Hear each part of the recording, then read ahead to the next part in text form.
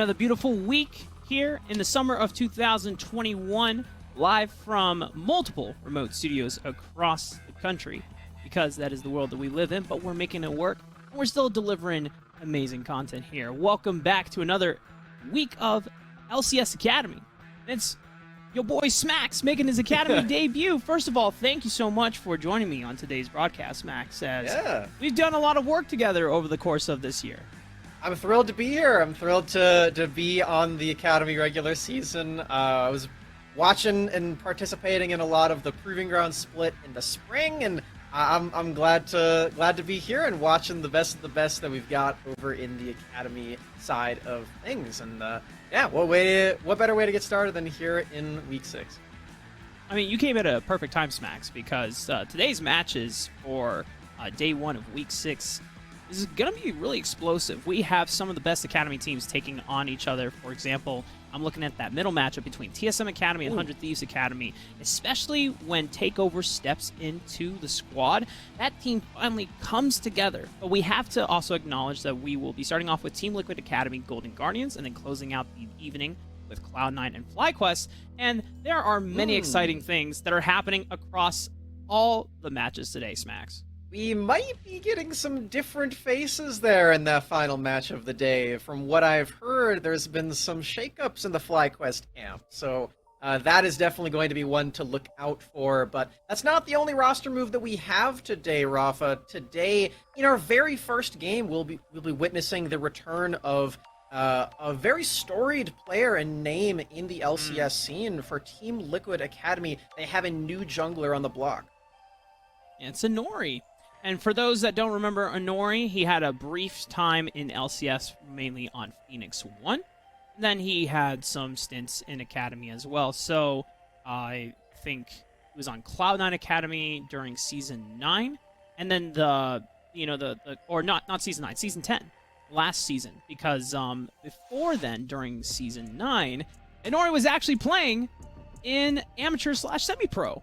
Well, with all of us, during the inaugural season, or the very start of the Scouting Ground split, back when FACEIT was handling everything over. Now we have Proving Ground.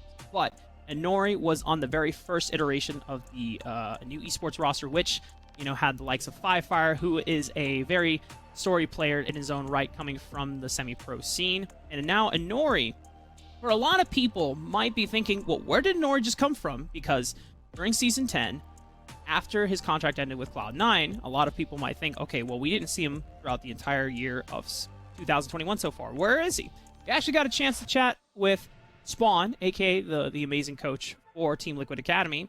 And Inori has actually been in contact with Team Liquid since the very beginning of the year, because when Santorin and Alfari were still trying to get their visas together, and Armeo was looking to be the starting jungler for Team Liquid's LCS roster for the time being, we had Inori playing in for scrims for the Academy squad, and he fit well with them, and he's been in contact ever since. He's been grinding in solo queue, he has a YouTube channel, and he's been putting out content as well, and now it's super easy for them to just slot him back in for the time being, due to Armeo needing to step up to the LCS squad while Santorin recovers from his health issues. Yeah. And, I mean, Inori is just the ultimate homie for this, honestly. Just stepping in and making sure that Armeo does not have to play 7 stage games a week, which we know for a bunch of other reasons in this split alone is very taxing on some of these players. It's one of the reasons why Dokla's on this roster here for Team Liquid Academy, and Dokla at least will remain on the roster for the remainder of this year. But yeah, wishing all the best for Santorin. Hopefully Santorin can come back, and hopefully Inori doesn't have to stay for too long, but it's really cool that he's here. And send Lucas love, guys. Yeah, exactly. I'm hoping that those migraines get better. Migraines run in my family. They're very, very bad, and I can't even imagine what it's like to be someone who has those and look at a screen for all day. That's not going to be good, so hope that he recovers quick. But in the meantime, we get the Rengar God back, Rob.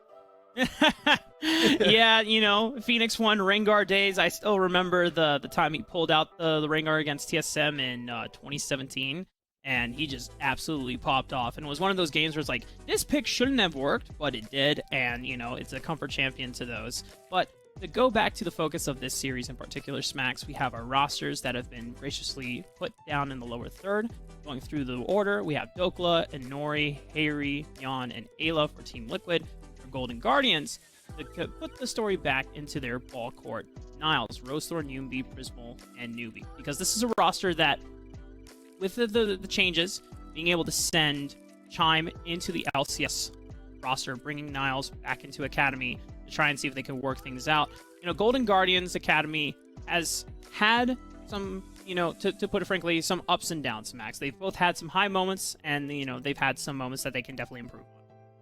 Yeah, just recently, a couple of weeks ago, they did get a 2-0 against Immortals Academy, so that was a really big deal, but ever since then, they have at best gotten one-and-ones, because it is best of 2 as the system requires, and it's been a little bit shaky, as you mentioned. A lot of their wins have come off the back of Prismal pulling out this really interesting pocket pick of the Ziggs bot lane. It does seem very powerful, and the zoning threat is really good, but Prismal's been the one to pull out these crazy champions. I mean, even just in the beginning of this season, he was the one who's pulling out AP Twitch and Kog'Maw and all these wacky off-the-wall marksmen. So for him, I mean, Ziggs is just another champion in his huge champion pool. But yeah, for the rest of this team, I mean, we're seeing some very promising names that have just broken into the NA scene just recently. Really, everyone except Prismal is now playing at this level for this year. So while their results haven't been quite up to par, especially in the beginning of this split for Academy, I'm still looking at this team to be one of the really big scaling teamfight teams and everything, as they were in Proving Ground Spring. Mentioning the Ziggs, I just came back from a collegiate invitational over in St. Louis where everyone was picking Ziggs bot lane. So I just look at that and Prismal, almost being the soldier boy, saying, he copied my whole flow! Just, man, everyone's now doing the Ziggs. But Ziggs bot lane has definitely emerged as one of the stronger picks for that role, just because, like Ezreal, you're incredibly safe. You have you're able to keep your distance, and then in Ziggs' case, you have such strong wave clear that you do not give many marksman champions in that role the ability to interact and gain a laning advantage with you. But Smacks, we are jumping into the draft phase, and so far, a lot of the power picks that we normally expect to be banned have come out from Team Liquid Academy, Viego, and Lulu, but so far, Golden Guardians are really trying to lock down Harry's champion pool. We are still missing some of the two 100% presence champions that were present in Week 5. And those are Gwen and Nocturne. Neither of those have been banned so far. Golden Guardians has the opportunity to ban one of them, but if they do, Team Liquid will almost surely get the other. Nocturne previously was a very powerful just flex pick across the board, solo lanes and jungle, you name it, he's there. But with the newly minted Stridebreaker minus dash, more power everywhere else. There's one. Yeah, you've got to ban it if you're Golden Guardians Academy. You leave up Gwen, but Nocturne is just so crazy in so many different roles. The other high priority pick that we talked about, Smacks, is this Xin Zhao. And during the last week for Team Liquid, when they were playing against their Cloud9 series, this Xin Zhao was prioritized for Amail in both games. And it's just because Xin Zhao has kind of helped warp the meta and a lot of the other solo lane picks back. Before, when the AP junglers were running rampant, it was mostly physical damage fighters, but because Xin Zhao is being reintroduced as kind of the new king of the jungle, you have control mages and AP assassins like the LeBlanc and Akali who are looking to thrive on the battlefield once again. There are still a couple of other ones. That LeBlanc taken away because of how devastating Harry was just last week on this pick. Almost winning that first game single-handedly against Cloud9 Academy with the LeBlanc, so definitely got to ban that one away. It's a really good pair with this LeBlanc, as you just mentioned, but there are still a couple of other options to go with this. The Karma is off the board, and so is Lulu, so the Enchanter style, unless you're going for something really crazy like Seraphine, is going to be gone, but you know what? Harry's going to go for the best of both worlds. He's got the shields, he got the damage. It's going to be Orianna in the mid lane, rounding out the top side for Team Liquid.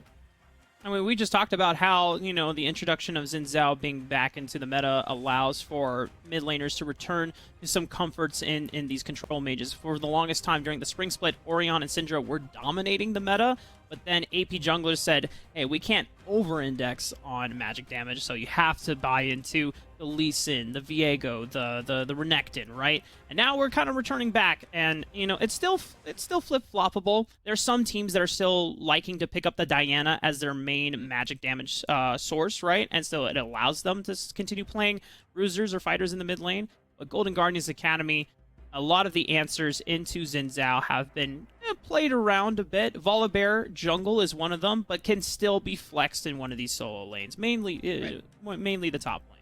And Golden Guardians Academy do have a lot of flex options here. Even the Gwen, who is normally that top laner as well, can be flexed to mid lane.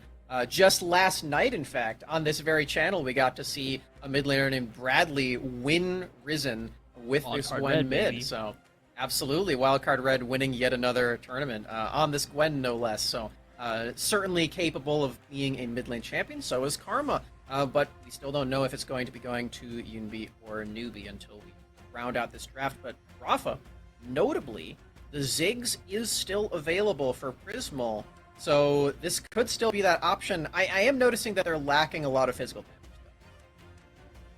though. Yeah.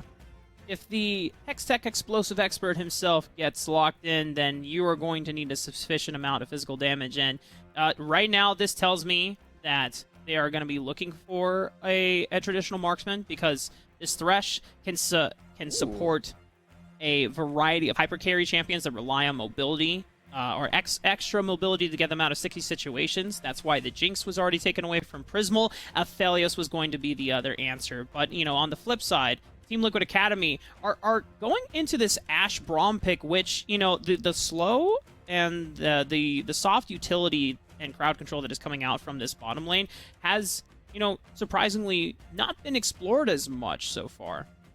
And speaking of slows, those are the perfect kinds of crowd controls that you want to have against a champion like Kalista, which has just been locked in for Prismal. Slowing down this champion does reduce the speed of her ops as well whenever she's attacked with the martial poise. So this is quite the adventurous pick here for Prismal, but if this Kalista and Thresh lane does get going, you can start to just completely take over not just your lane, but the entire map, because if you look over at Golden Guardians Academy, they've sort of packed a lot of their utility in the mid and jungle positions, where this Volibear and Karma are going to be providing the utility and the crowd control for Prismal and Niles, whereas Team Liquid Academy have locked in the very utility-based bot lane pair and the Ashe and the Braum. So sort of a colliding of two different worlds going on in this draft, and those are the kind of drafts that I always get super excited to see play out. Yeah, for this top side of Team Liquid Academy, since Ashe and Braum should be somewhat self-sufficient in this lane, especially since that you have mentioned that Kalista tends to have a difficult time into Ashe despite being a more lane-dominant marksman, right? Thanks to the slows and the affecting the movement speed. And for Team Liquid, you have a Jace in the top lane, so that's a pretty good idea to try and snowball and focus the top side of the map. So for Inori making his return to the Academy stage, we're going to have to see how well he is able to path and support Dokla on this Jace, because, you know, we've seen the Gwen be a laner that maybe doesn't have the best time early on in the laning phase, but you hit that Rift Maker, you hit that Nash's Tooth, and suddenly this Gwen becomes almost near damn unkillable. Especially when the W is up as well, one of the most frustrating abilities to ever be released into League of Legends. Luckily, the new Akshan character isn't out yet, so we don't have to talk about that. Oh, don't even bring him up. Oh, boy. That is, that W ability is disgusting. I can't believe that is potentially actually going to make it through. You thought Gwen's W was broken. Woo! I think there's just a contest of like how broken and how outraged can you make the League community. But let's take a look at this level 1 right now, because Yan, Ayla, and Inori are making use of Braum's level 1 power and being able to invade. Had Newbie and Prismal been there... Oh wait, Rosethorn was looking for a solo leash here. He's going to get pushed off. He's going to be able to start up Wolves here, but even Ayla just taking the extra time to push Rosethorn off the Wolves as well means that Rosethorn, you do not have any access to this bottom side jungle quadrant. The only form of solace there for Rosethorn is that the Winter's Bite did not connect. If it did, he likely would have needed to flash, or he would have been killed by the stun of the Braum at level 1 like you were talking about. So that at least is fine, but having his entire blue quadrant likely taken away from him and just pressured off is not going to feel very good. You can see Rosethorn starting up on both of the top side camps at the same time, but still is going to be behind to Xin Zhao, and this is not a champion that you want to give tempo over to. And what Honori can do right now, because knowing that Dokla should have the push onto Gwen, he can cross into the top side of the map fairly early on. Doesn't look like he's going to make that choice. Just going to make sure that he can get a red buff and to enable those ganks early on. He will hit level 3 off this red buff. I imagine that he can just make a beeline towards the top side of the map, either pressure Niles for a gank, or look to battle Rosethorn, knowing that he should have the solo lane access and priority that he needs. Niles, it looks like he did just pop Knight in a trade up in that top, so really trying to pressure Dokla off. See now that the ward that he placed in the river has expired, so now that Rosethorn is there, he's going to need to potentially go for something frisky on this side of the jungle if he wants to keep up in pace. That ward was not spotted by the sweeper, so Inori has been spotted, but he doesn't know it. Rosethorn can make a collapse here. Oh no, this is a bad spot for Inori. He has no idea that this is coming.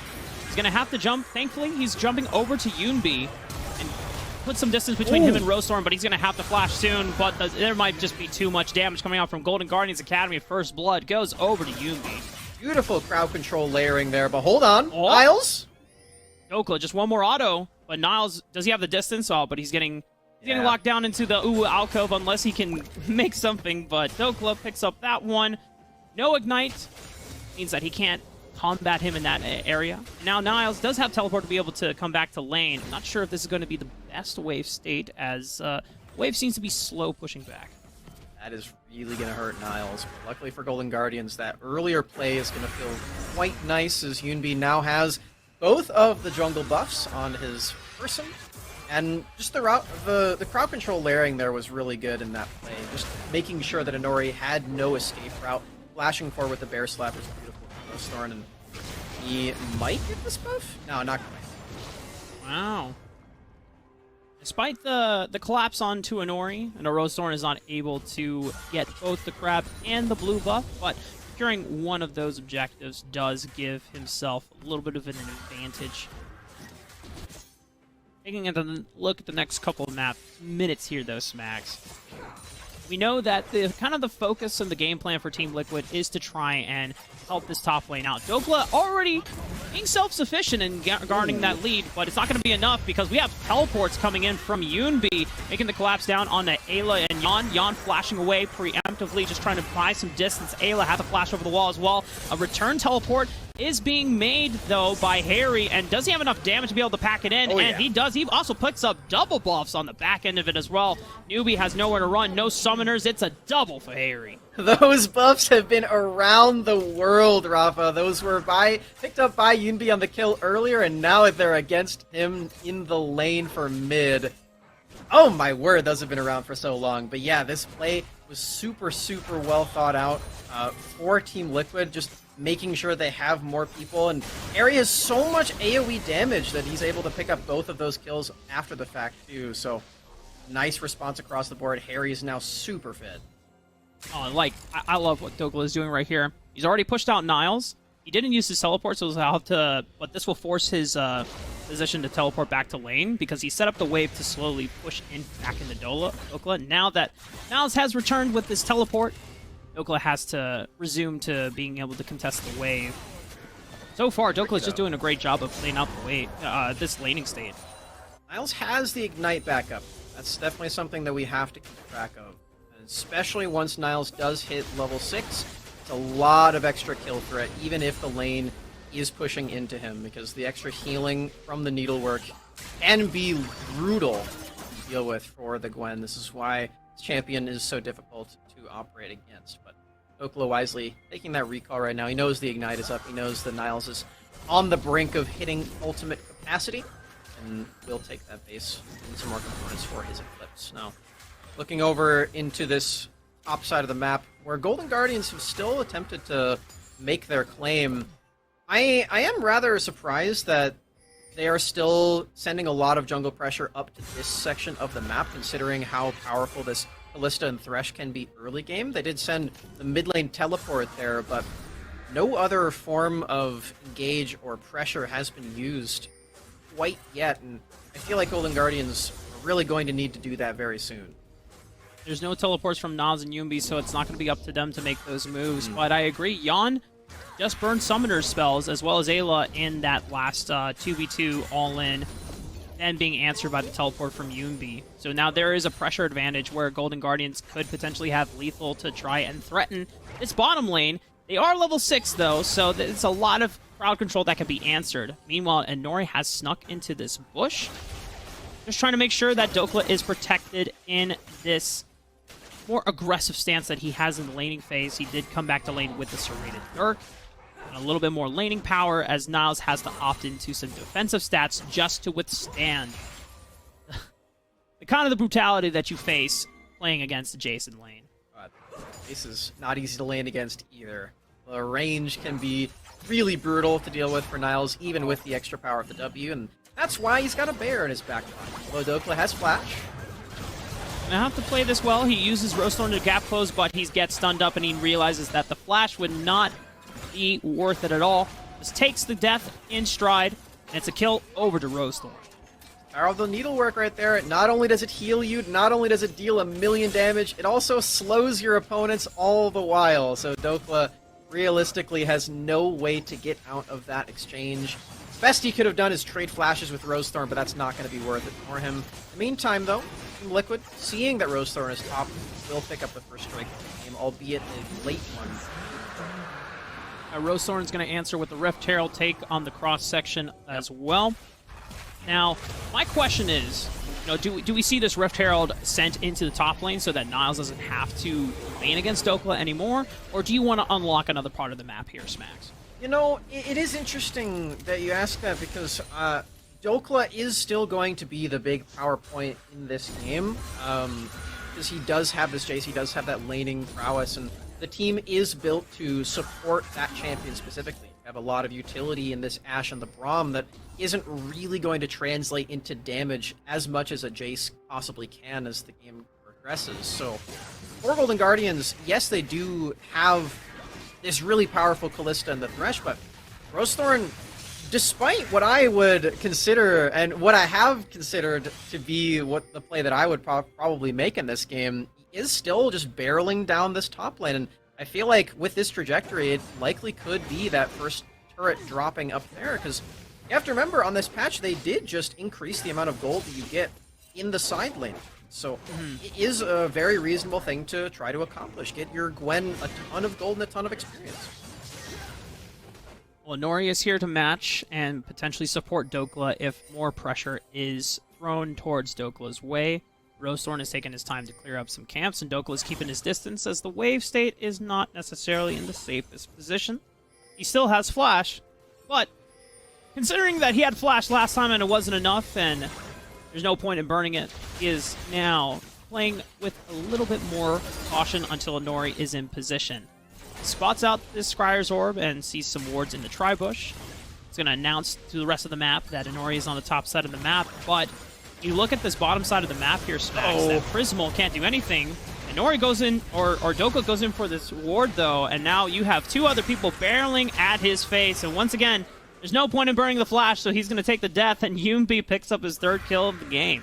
There it is yet again. Golden Guardians still playing to this top side. They have gone for the damage mitigation, the play mitigation style of game in this one against Team Liquid. They really want to make sure that Dokla gets put behind, because Yon's not going to be dealing a lot of damage on this Ashe. Orianna is more of a utility mage who will scale up later, but not quite yet, and by doing this, Golden Guardians are just really playing very safe. They even do have this dive going again. Oh no, Dokla just teleported back to lane, but Rosethorn, he's Volibear. He has the Stormbreaker. He already makes the kill happen. Harry is also teleported to this lane, trying to kite himself out, has already expended a much of his burst damage, and there's no way. Does Rosethorn get out alive? Harry clips him with the last auto attack, but Niles will be able to pick up the pieces here. Gets a revenge for his fallen jungler, and that's his first kill of the game. Still a favorable trade up there. A hook in the bot lane, though. Yeah, Ayla's gonna get locked up by the death sentence, uses the Glacial Fissure to try and distance himself. Fate's Call comes out, tries to look up for another knockup, but Yon with a nice answer onto Prismal. But Prismal is dancing right outside of the turret range, so he doesn't take any turret shots while making this dive happen, and it's a beautiful dive coming out from Golden Guardians. Inori is here, but Yumbi answers with a flash. Inori tries to look for the win, becomes lightning, but barely misses the mark, and Yumbi walks out alive. Golden Guardians accomplishing dives in both lanes at the same time, Rafa, and now they're up to 8 kills on their team. Yumbi 3 kills on this Karma, and they finally do make a play happen in this bot side, and it's not traded by any kills either. Golden Guardians have just taken this entire game by storm, and the utility's now down for Team Liquid, the damage is now down for Team Liquid, and even Harry, your member with all of these kills, has been shut down too. Golden Guardians take a gigantic lead in this game. Yeah, 3,000 gold lead at 12 minutes into the game. It's a pretty nice advantage to have for Golden Guardians, and Rift Herald now being spawned up. Looks like he was running out of time. Is going to start running down the mid lane, but thankfully, Prismal, Yumbi, and Newbie are all here ready to link arms and... Okay, never mind. They're going back to the top lane. And it looks like... Flash. Well, Harry wasn't expecting it, though. Shockwave comes out as a response, but Newbie has all the crowd control he needs to be able to lock down the mid laner for Team Liquid Academy. Harry's going to fall, and there's no one there to defend against the Rift Herald charge. Newbie crushed that play right there, making sure that he doesn't dash in with his death sentence until after the shockwave and then landing the flay right there. Beautiful stuff from Golden Guardians, and they continue to push up the pace. I have absolutely been enthralled by Rosethorn's Volibear in this game as well. So many different roams. Oh wait, you're not killing Karma right there. There's no way. Yeah. Dude, Inspire Shield, kind of nice. Kind of hard to, to burst through. Yeah, Rosethorn's Volibear has been amazing, just ganking all of these lanes at the same time. Well, not at the same time, but back-to-back consecutively. You can't be 2 junglers at the same time. He's not playing Kindred or something. But it feels like he has been. He's just been everywhere. Almost the global power of Shen. That's another champion that can kind of do a lot of things at one time. You just make a play happen on this side of the map, stand united to the other, you know, global power. But Rosethorn has been very active, and this is by far one of the stronger early games that we have seen. And if you remember his history back on Zenith Esports in the semi-pro scene in 2020, after the end of the Scouting Ground circuit, as we're going to hold that point. I mean, these are the types of games that Rosethorn gets to thrive on. When you pick an early game champion that has a lot of early game agency and ability to make plays and make games happen, you get games like this, Max. He didn't even get an assist on that one. He was just there to watch as Harry moral support. That's good too. Newbie. The Callista's now ahead. Callista's getting all these kills. Prismal's about to start popping off. All these mythics are being completed too. And all these turrets are falling as well. This is just a clean sweep for Golden Guardians, and you have to think back at the early game for Team Liquid and think, well, what plays did we try? We went for that level 1 play. We got Inori, the blue buff invade. That was pretty awesome. But what have we done after that? That's the real question that we're thinking, and I'm coming up blank, Rafa. It doesn't seem like they've been able to accomplish anything since then. Yeah, the only advantage that Team Liquid gained was that solo kill from Dokkalon and Niles, but it wasn't accentuated, it wasn't accelerated by Inori or any of the other members from Team Liquid. Although it's kind of hard for Yon to make that effort, but maybe if you can coordinate a roam with Ayla to assist on the top side of the map, or Harry to expend his teleport. I mean, that if you're playing Jace, you should be playing around the top side of the map and trying to get him ahead. The fact that he's the one that lost the tower first puts him in a worse spot for this mid game, even though having the Eclipse online. Niles is getting to the point where he will be able to 1v1 almost anyone in the game, maybe 1v2 as well. And for Rosethorn in this game, after that level 1, he's thinking, well, I'm going to be down in CS to the Xin Zhao. What do I do with this? I guess I'm going to go gank, because I'm not going to keep up and farm with Xin Zhao. And it ended up working out very well, but for Inori, he's up in CS. He does get that early invade down. He shuts down Rosethorn, or so he thinks. And from there, he's like, well, I have a bunch of farm on Xin Zhao now. That's about it, though. I haven't been able to do anything else, and this is a skirmishing champion. This is the reason why he is in this meta, is because he can just run around killing people. But it really feels like Rosethorn is the one doing that on the Volibear rather than the Xin Zhao in this game. Yeah, to be fair, Team Liquid still have a lot of team fight utility that can be accessed and used in conjunction with Inori's Inori ability to be able to just skirmish and fight. But we really haven't seen proper setups for that, as Yan and Ayla were engaged upon with that teleport gank from Yunbi. Harry was also cut off in another side lane after being able to pick up a double in his teleport counter gank response, right? So, at some point, Team Liquid, maybe once they get to around the 20-minute mark, they can start fighting as they play together. Liquid, they do still have a lot of... Got the Ashel, got the Shockwave, Orianna.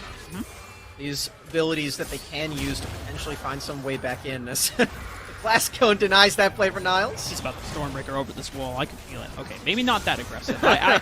Usually when Rosie gets this far ahead, he's like, all right, boys, let's send it. Let's just run in there and deal massive damage. But, you know, I like the restraint.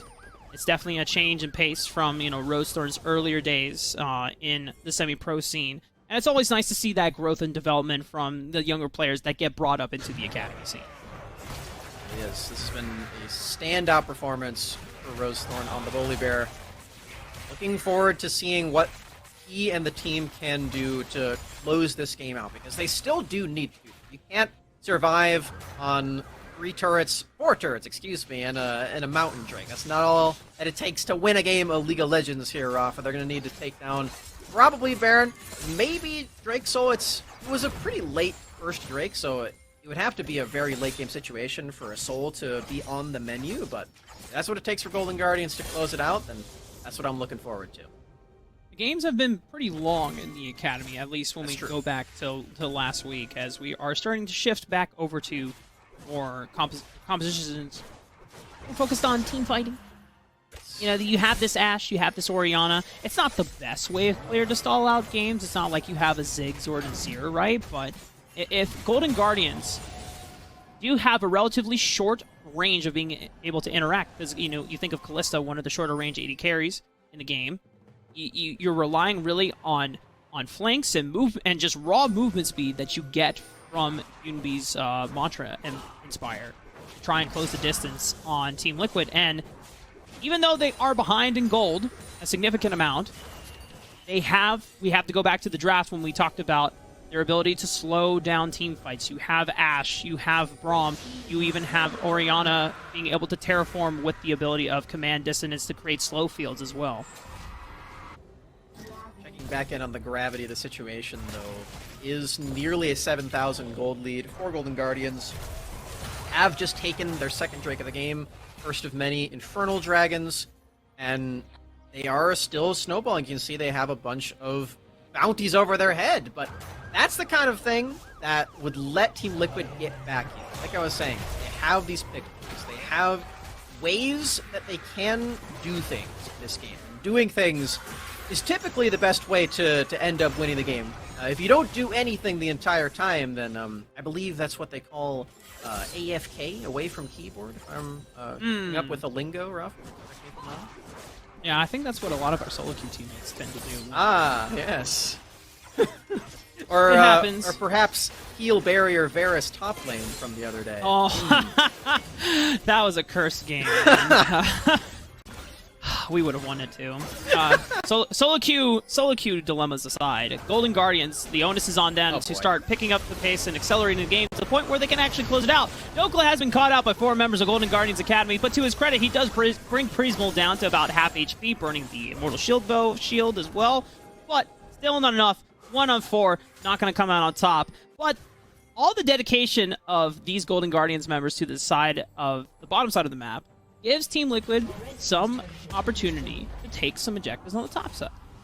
Gives Niles some gold, and it gives Dokla some sadness, but really Team Liquid finding that extra turret, the first turret that they've been able to take so far, is not going to feel too bad, really. They still have a lot of standing gold that they can try to get across the map. It's one of those situations where they can't really go for Baron, even though Golden Guardians are committing a lot of people to the other side of the map. Because you look at their champions, they just really don't have a lot of Baron damage at all. Your main form of that is Ashe, and you didn't go for Kraken Slayer or anything, it's the Immortal Shield Bow to try to stay alive, so it's not going to be a lot of Baron damage. You're not going to take it down fast enough, so that turret's all you're going to get, but hey, if you keep making plays like that, then eventually you'll have all the turrets. Yeah, and it's great for Golden Guardians that Niles got that last kill, because it was enough in his bank to push for this dreaded 2-item power spike. The Riftmaker and the Nashers have been completed. And if you've been watching Semi-Pro, if you've been watching Academy, if you even watched Gateway Legends, the collegiate invitational that occurred over in St. Louis, there are so many fantastic Gwen players that once they hit this point in the game, they were almost unstoppable. And so Golden Guardians, their real only late game insurance is going to be Niles, as the rest of these champions on Golden Guardians' side really don't necessarily scale that as well in comparison to their top laner. The reason that this Gwen champion is permaban, I have to remind you, this is a game where Niles on this Gwen was solo killed by Dokla in the lane, but with the rally of the rest of the Golden Guardians and just the prowess of this champion alone, he's been able to get back into it and become this super, super threatening champion with these 2 items. Now, Golden Guardians, here's the initiation. Ayla already gets roped in, has to pop the Glacial Fissure and Flash to buy some time, and gets out alive. They burned the teleport from Niles as well, who was pushing on the bottom side of the map, creating cross pressure. They're going to go back to the Baron. They have this Kalista that they can always pull off, and Nori, now he has the flash backwards, but Golden Guardians want to push forward. Look at the crowd control that Jan is providing. He's being able to slow down the pace of Golden Guardians and ensuring he's buying space, but Ayla have already fallen, means that Team Liquid are working with 1 member less, 2 members less. Dokla does find a nice shot in between the pockets, picks out Newbie, but the rest of the members of Golden Guardians now pushing forward. Prismo flashed over by the wall, tries to find Jan, but he's the one that goes down, but Niles comes in for the double, finds the other 2 members, and it's now just Harry left to deal with Golden Guardians. You say just Harry, but I think Harry's going to be enough to dissuade them from going for anything more. He's super powerful on this Orianna, and there were so many blinking health bar moments for the members of Golden Guardians that you have to wonder what that fight looks like if they aren't 7,000 gold ahead. It might have even been Team Liquid winning out on the play, but that fight was absolutely saved by the earlier team play from Golden Guardians. Still tremendously close. Even though Prismo's flashing over the wall to try to get these kills, Golden Guardians still pull ahead. They still do win out on that play, and likely will mean that they get this Infernal Dragon, but no Baron quite yet. Yeah, 8,000 in the pockets for Golden Guardians as a gold advantage at the moment. Still a sizable enough lead at 25 minutes into the game, netting their 3rd dragon as well. This puts them at soul point at the 30-minute mark. But here's my question, Smax. You saw how that fight erupted, and this is a Team Liquid team that is a severe amount of gold down. And yet, around that choke point, when Jan and Ayla were able to buy space for the rest of Team Liquid, Golden Guardians almost seemed like they were in a threat. They had to expend flashes. They had to just fully commit to muscling and brute forcing their way through that point in order to close the distance on Team Liquid. Had Team Liquid had an even gold standpoint, that fight doesn't look as pretty. Definitely does not. And we saw that the members of Golden Guardians were a little bit scattered trying to get that play started. You saw that Yunbi was not near his team. He was not able to provide the huge AoE shielding that this champion is known for. The Karma can be so crazy threatening to deal with as they're trying it again. Hook goes wide. Yeah, Shirelia's Reverie being popped by Yunbi. He's trying to close the distance. Gets the tether out, but it breaks.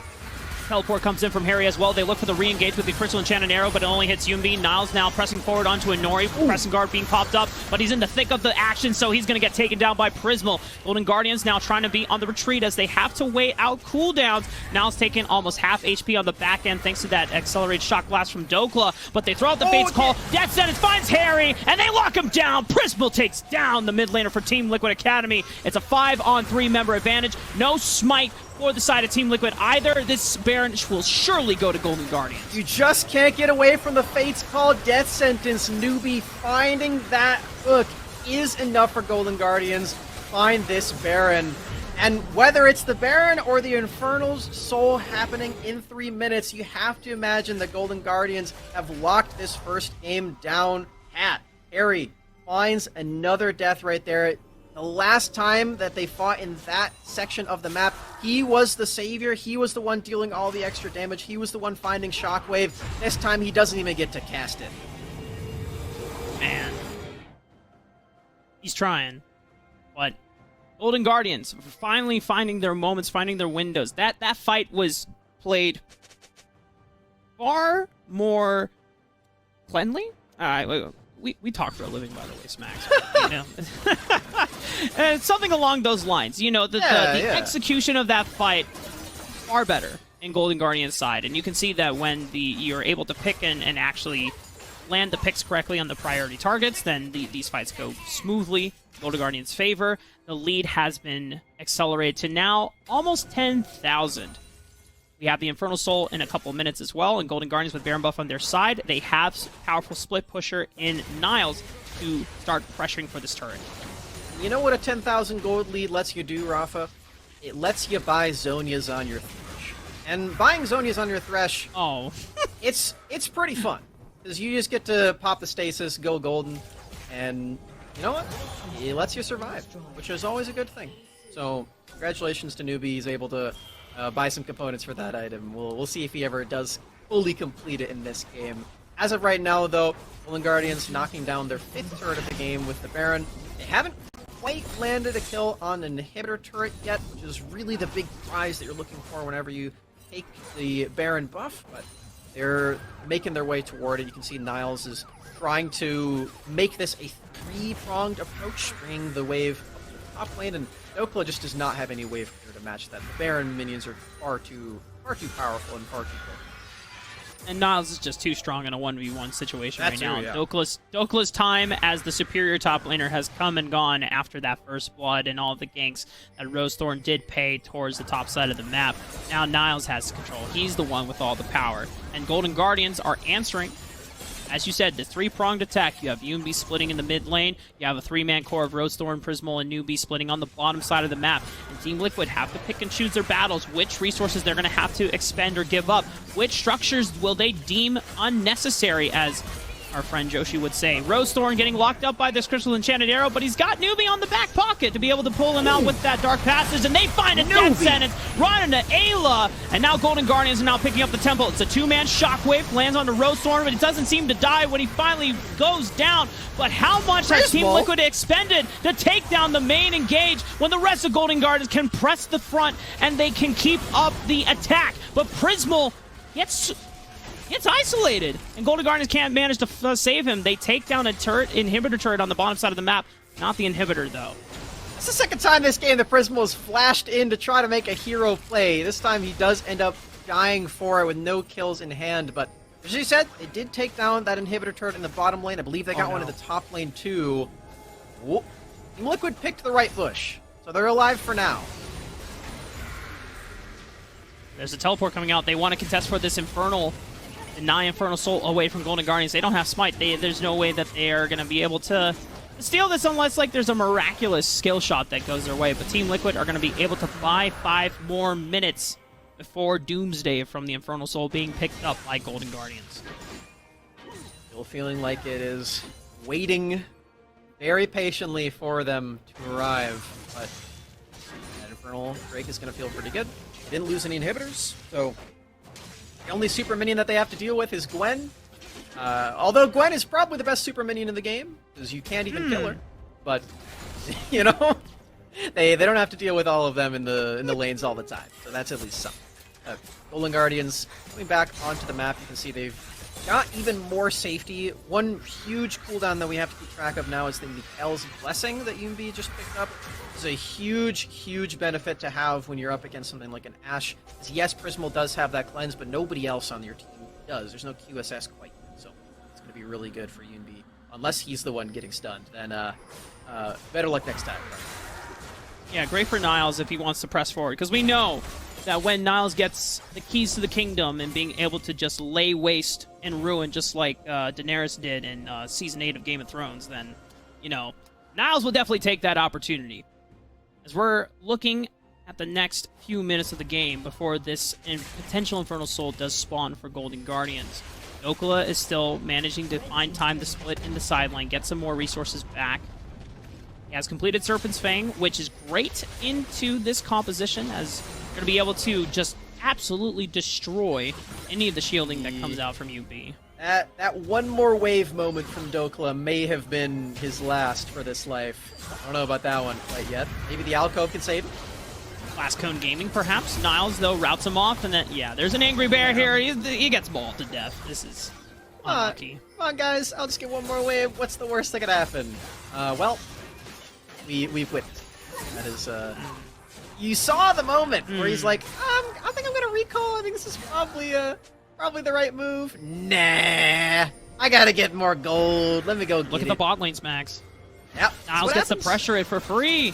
And Team Liquid, they're not in position. They have to either choose between defending a potential push from Niles, which he already takes what he wants in the inhibitor going down. This is going to unlock super minions into the bottom side of the map. A Baron has just spawned. Okula's not up to be able to contest it. He has teleport, but he's not going to be active for the next 13 seconds. The big thing is that Niles did that without the minion wave, too. So there's going to be a huge wave stacking up for Golden Guardians to use at their disposal, especially once that super minion does arrive in this lane. You can see on your minimap right there, there's still a pretty healthy wave that's going to be there. Niles taking his post now. His teleport's going to be available. This is something that Team Liquid is going to need to deal with unless they don't care about their Nexus, but Nexus is pretty important in a game of League of Legends. Yeah, I think if you lose it, you lose the game. But, I think so. That could just be... I read the handbook. Well, we have been playing the game for a few years at this time, so I think that's how we usually win or lose. But we're getting to the Infernal Soul point as well, Smacks. About 1 minute and 40. Baron is still up on the table. They did not necessarily coordinate this huge stacked minion wave on the bottom side of the map quite yet. Dokula is attending to it. He has teleport, but if he doesn't clear out this full minion wave, along with the next one that's coming, Golden Guardians can try and threaten this Baron, force Dokula's hand, and then you'll have supers barreling down into the turrets on the Nexus. Push the wave in the top side, too. This could be the opportunity the Golden Guardians need to start it up, but Prismal really valuing getting the mid-wave stacked in, too. Can't blame it. Lane priority. Very good thing to have. They've now done so, and you can see the pings onto the Baron right now. Drake isn't quite up, but they're going to start it. The Rend stacks are coming, Rafa. Ultimate Smite. Oh, they stopped. It looks like they were looking for a pick to capitalize on. Infernal Soul is up in the next 40 seconds as well. Maybe Golden Guardians say, you know what? We actually want to wait it out. Notice here that Dokula has done a great job of being able to push back against the super minion waves that have come in through this bottom lane.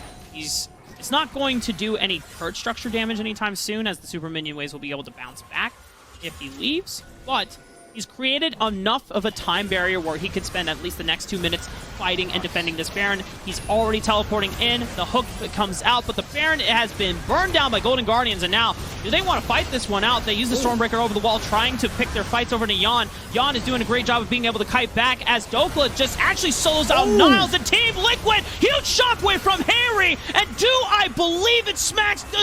Has Team Liquid just won a fight? I think they're doing it. Gold! They're doing it, Rafa. We saw Yunbi. He was over the wall. He was completely caught off. He was going to be killed by Yon. It forced Rosethorn and Prismal to get over the wall to try to back him up, but they left Newbie out to dry. They left Niles out to dry, and they ended up dying for it as well. Team Liquid take off 4 Baron buffs from the map, and they take a turret. They've won this fight. This could be the beginning of a gigantic comeback. Infernal Soul will also be denied once again, Smacks. Team Liquid are still not out of the woods yet. They're still down to about 7,000 gold. They have to clear out minion waves. They have an open inhibitor on the bottom side of the map as well as the top side, if both of them have been taken. But you can see now what the thought process was behind this composition from Team Liquid when these fights are scattered and no one can get access to Yawn.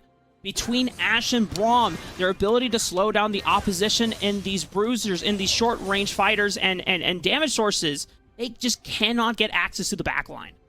For Golden Guardians, they really just need to keep playing with their karma. They need to make sure that Yunbi is able to access all of his teammates. Because when you do have that shield spread across the entire team, that gold lead feels like it doubles almost, because you just have all that extra utility, all the extra power and health bar and everything that you could possibly want, the movement speed on top of it too. So Yunbi, he can't just be the lone wolf, the isolated warrior over there for Golden Guardians. He needs to be with his team, and they realized that just a little bit too late. Team Liquid had already torn through the front line. Golden Guardians, they have more chances because of how well they were playing the early and mid game. They still have that gold lead. They still have that soul point. It hasn't been taken by Team Liquid quite yet, but that is not a good sign. Baron buff, thankfully for Golden Guardians, still rests in Yumbi's hands as they are playing around this mid wave, trying to get as much damage as they can onto the structure. But the Super Minion wave has died in the bottom side of the map as the inhibitor respawns for Team Liquid. Inhibitor still exposed and destroyed for the moment on the top side of the map, so you will have Super Minion waves barreling down through that lane respectively. Yumbi teleports back in, has completed another item in this redemption. And they're going to continue trying. Yeah. Baron just expired, but still so much pressure here. Wait, Guardian Agent.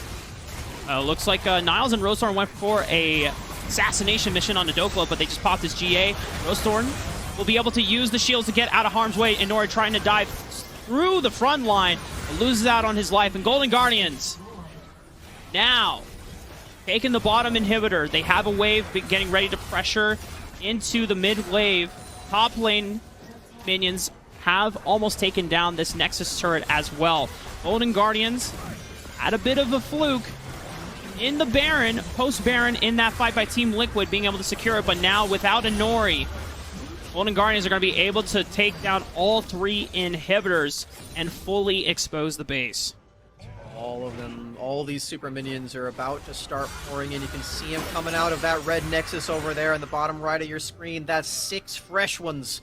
6 fresh red dots running toward the last remaining structures of Team Liquid. And while that previous fight was promising, the gold lead is still huge, the structures are still falling, Golden Guardians are still looking like they have the right of way in this series, in this first game. There's going to be another one left, but Team Liquid, they don't care about that quite yet. They still care about finding the dub in this particular game. They still care about trying to climb the ranks in the Academy regular season, which, might I add, is a very tight race. These teams are within 1 win away from each other.